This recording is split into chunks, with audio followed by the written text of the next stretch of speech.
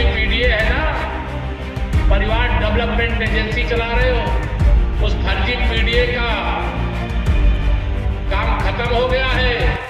UP के deputy CM कार्यकर्ता सम्मेलन को संबोधित करने हरदोई पहुंचे। उन्होंने कहा पीडीए मतलब परिवार डेवलपमेंट एजेंसी। अखिलेश अपनी साइकिल सफाई ले जाकर चलाएं।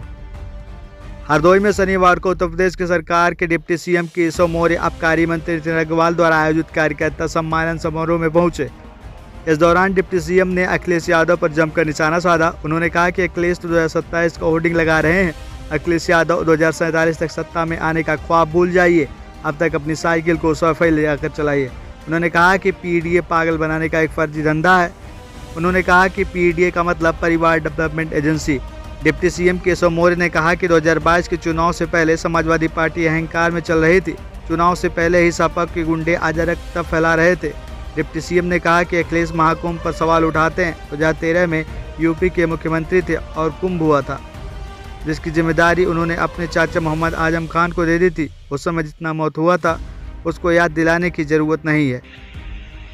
हरदोई वालों ने तो कमल खिला दिया, कमाल दिखा दिया। आपका सबका अभिनंदन करता हूं। थोड़ा उत्तर प्रदेश में हम लोग जो अपेक्षा थी उसके अनुरूप हमें रिजल्ट नहीं मिला, लेकिन कार्यकर्ताओं ने सोचा कि अरे ये क्या हो गया, और उन्होंने कमर कसी। इसके बाद चुनाव आया हरियाणा के विधानसभा का। कांग्रेस तो शपथ ग्रहण की तैयारी कर रही थी, कौन मुख्यमंत्री पद की शपथ लेगा इसकी लड़ाई लड़ रही थी। लेकिन भारतीय जनता पार्टी के कार्यकर्ता जैसे अर्जुन को गुरु द्रोणाचार्य ने कहा था चिड़िया दिखाई दे रही है, कहे नहीं मुझे तो केवल चिड़िया की आंख दिखाई दे रही है। हरियाणा में भारतीय जनता कांग्रेस तो शपथ ग्रहण की तैयारी कर रही थी, लेकिन भारतीय जनता पार्टी का लक्ष्य था मेरा बूथ सबसे मजबूत। वह कार्यकर्ताओं ने करके दिखाया। और इसी 2024 हरियाणा में तीसरी बार भारतीय जनता पार्टी की सरकार शपथ ले चुकी है। और इसके पश्चात आपने देखा भी महाराष्ट्र के अंदर महाराष्ट्र के इतिहास की सबसे बड़ी विजय भारतीय जनता पार्टी गठबंधन के खाते में आई है। वह सब कार्यकर्ता और जनता के आशीर्वाद का प्रताप है। मेरे भाई बहन, मैं आप सब लोगों से यहां पर कहना चाहता हूं, हरदोई तो मैं 2014 भी आपने जिताया, 2017 में यहां आदरणीय अग्रवाल जी सही कह रहे हैं, 2017 में एक सीट हमारी बच गई थी, लेकिन अब हमारी सीट कोई बची नहीं। नितिन जी भी अब हमारे हो गए। इसे अब हरदोई में कमल ही कमल है। कोई बचा तो नहीं है यहाँ हरदोई में कमल के अलावा, सब है ना। तो यहाँ चारों तरफ कमल है, और यह कमल है और कमल रहेगा। हमें कमल रहेगा क्यों कह रहा हूं कि 2027 में विधानसभा का चुनाव आने वाला है, और समाजवादी पार्टी के मुखिया अपने समर्थकों से 27 का सत्ताधीश होने का होर्डिंग लगवा रहे हैं।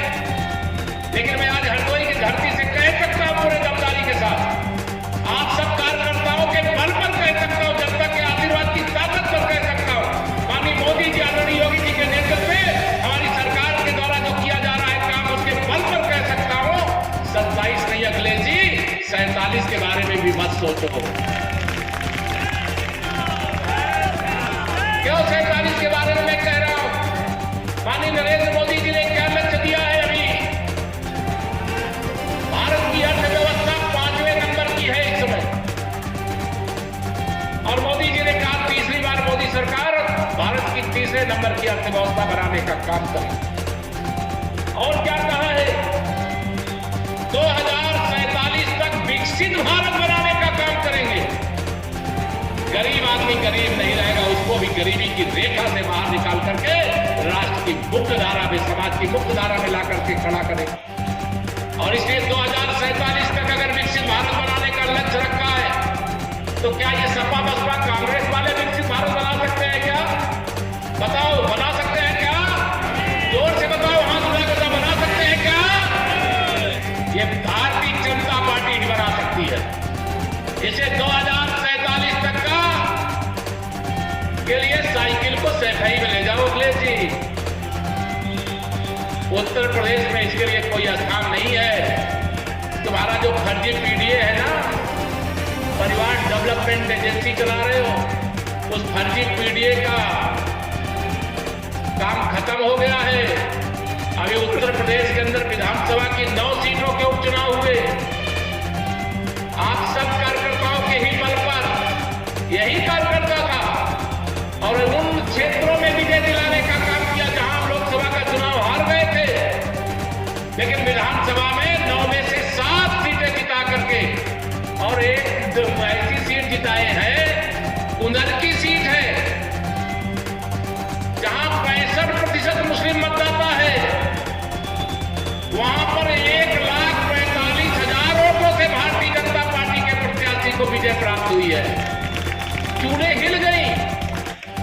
कचहरी जो इनका गढ़ बना हुआ था, वहां पर भी कमल खिल गया और मैं विश्वास से कह सकता हूं आज कि 2027 में करहल में भी कमल खिला देंगे, करहल में भी कमल खिला देंगे।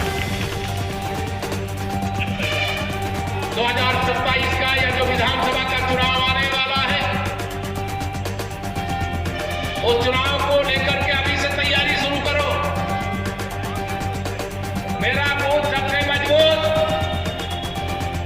और मैं तो नारा लगाता रहा हूं। 2016 में जब मुझे राष्ट्रीय नेतृत्व ने प्रदेश का अध्यक्ष बना दिया, तो मैं तो उसी दिन नारा लगाया था कि 100 में 60% वोट हमारा, 40% वोटों में बंटवारा है और बंटवारे में भी हमारा है, क्योंकि हमने सबका साथ, सबका विकास किया। कोई भेदभाव हुआ है क्या? गरीब कल्याण की योजना में कोई भेदभाव हुआ है क्या? कोई राशन देने में भेद हुआ है क्या? आयुष्मान कार्ड बनाने में भेद हुआ है क्या? आवास देने में भेद हुआ है क्या?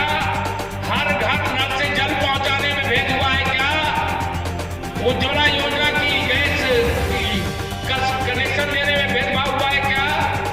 सौभाग्य योजना में जिन घरों में बिजली नहीं पहुंची थी, क्या उन घरों में बिजली पहुंचाने में कोई भेदभाव हुआ है क्या? नहीं हुआ। हम भेदभाव नहीं करते, हम सबका साथ, सबका विकास करते। इसलिए 100 में 60 हमारा, 40 में बंटवारा और बंटवारे में भी हमारा। इसलिए ये बात हम दमदारी के